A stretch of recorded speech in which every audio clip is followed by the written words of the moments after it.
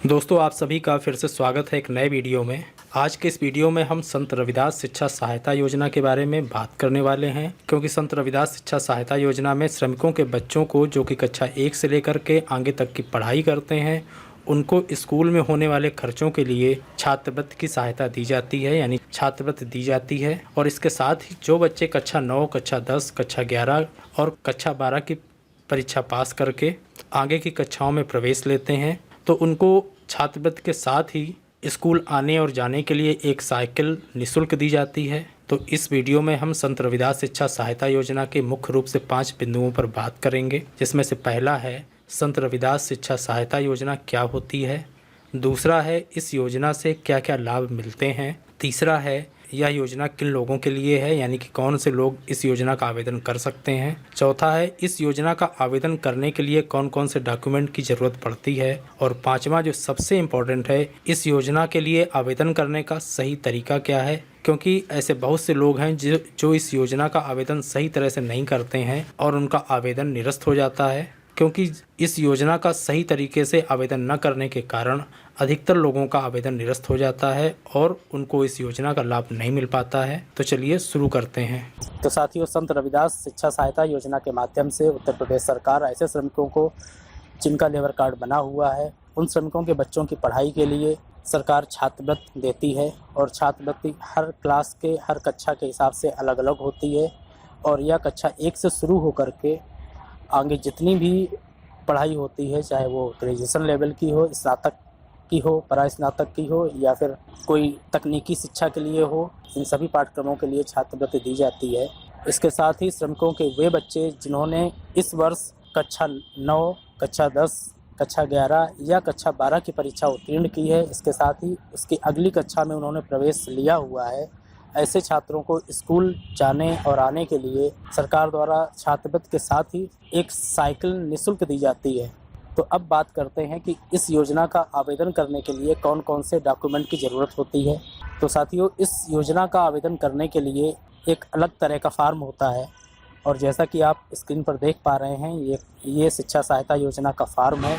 इसके 3 पेज होते हैं और पहले पेज पर सारी डिटेल भरनी होती हैं। और यहाँ पर 2 फोटो लगाने के बॉक्स बने हुए हैं। एक बॉक्स पर श्रमिक की फ़ोटो लगेगी और दूसरे बॉक्स पर श्रमिक के पुत्र या पुत्री की फ़ोटो लगेगी। और श्रमिक के पुत्र या पुत्री की फ़ोटो उसके विद्यालय के प्रधानाचार्य के द्वारा सत्यापित की जाएगी। और पहले पेज पर श्रमिक के कहीं भी हस्ताक्षर नहीं होंगे। अब आगे दूसरे पेज पर चलते हैं, और दूसरा पेज जो कि पहले पेज के पीछे साइड पर होता है, वहाँ पर चलते हैं। यहाँ पर श्रमिक के हस्ताक्षर होंगे। दूसरा पेज भरने के बाद में अब तीसरे पेज पर चलते हैं, और यह तीसरा पेज एक प्रमाण पत्र है जो उस विद्यालय के प्रधानाचार्य द्वारा दिया जाएगा जहाँ से छात्र ने पिछली कक्षा में अपनी परीक्षा को पास किया है। जैसे कि किसी छात्र ने कक्षा 10 की परीक्षा पास करके 11वीं में प्रवेश लिया है, तो ये फॉर्म जिस स्कूल से कक्षा 10 पास किया गया है उसके प्रधानाचार्य द्वारा सत्यापित किया जाएगा। तो इतना करने के बाद में एक डॉक्यूमेंट और लगाना है, जो कि अध्ययनरत प्रमाण पत्र है। और अध्ययनरत प्रमाण पत्र उस विद्यालय द्वारा दिया जाएगा जहां पर छात्र इस वर्ष अध्ययनरत है या पढ़ाई कर रहा है। उस विद्यालय के प्रधानाचार्य द्वारा अध्ययनरत प्रमाण पत्र दिया जाएगा। जैसे कि किसी छात्र ने कक्षा 10 की परीक्षा पास करके कक्षा 11 में प्रवेश लिया है, तो अध्ययनरत प्रमाण पत्र कक्षा 11 के प्रधानाचार्य द्वारा दिया जाएगा जहां पर छात्र कक्षा 11 में अध्ययन कर रहा है। इसके बाद जो अगला डॉक्यूमेंट लगेगा वो छात्र की अंक तालिका है। पिछले वर्ष जो छात्र ने परीक्षा पास की है उस कक्षा की अंक तालिका प्रधानाचार्य द्वारा सत्यापित करा करके लगानी पड़ेगी। इसके बाद इसका अगला डॉक्यूमेंट है, जो छात्र इस वर्ष जिस कक्षा में प्रवेश लिया है उस कक्षा की फीस की रसीद यहाँ पर लगानी पड़ेगी। तो यहाँ पर हम फीस की रसीद लगा देंगे। इस तरीके से ये छात्र के सारे डॉक्यूमेंट कंप्लीट हो जाते हैं। इसके बाद हमें अब श्रमिक के डॉक्यूमेंट लगाने होंगे। तो श्रमिक के डॉक्यूमेंट में श्रमिक का लेबर कार्ड, श्रमिक का आधार कार्ड, श्रमिक के बैंक पासबुक और श्रमिक का कार्य प्रमाण पत्र लगाना पड़ेगा। कार्य प्रमाण पत्र के लिए ज़रूरी नहीं है कि आप किसी रजिस्टर्ड ठेकेदार से ही लिखवाएं। आपने किसी के मकान में काम किया है तो उस मकान मालिक से भी आप लिखवा सकते हैं, या फिर आप किसी मिस्त्री या किसी अपने सहयोगी के साथ में कहीं काम किया है तो कार्य प्रमाण पत्र आपका सहयोगी भी लिख कर दे सकता है।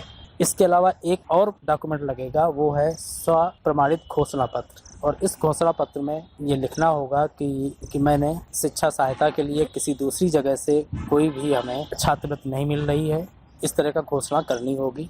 इस तरीके से हमारा ये सारे डॉक्यूमेंट कंप्लीट हो गए हैं। अब इन सारे डॉक्यूमेंट को लेकर के, इन सारे कागज़ों को लेकर के हम एक धागे से या पिन से स्टेपल कर लेंगे और स्टेपल करने के बाद में इस पर एक फाइल कवर लगा करके इसको रख लेंगे। और इतना करने के बाद जब हम पूरे सारे डॉक्यूमेंट ले लेते हैं, इसके बाद हम किसी CSC सेंटर जा कर के इसको ऑनलाइन आवेदन करेंगे।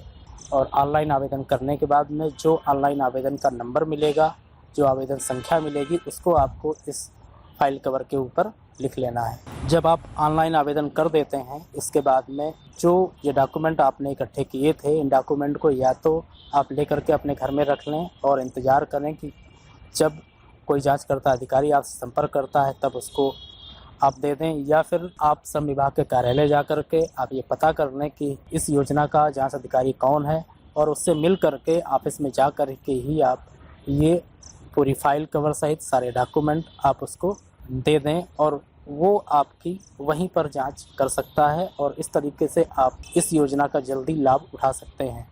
तो उम्मीद है आपको हमारा वीडियो पसंद आया होगा। यदि वीडियो पसंद आए तो आप इसको लाइक करें, शेयर करें। यदि कोई प्रश्न पूछना है तो आप कमेंट के माध्यम से पूछ सकते हैं। धन्यवाद।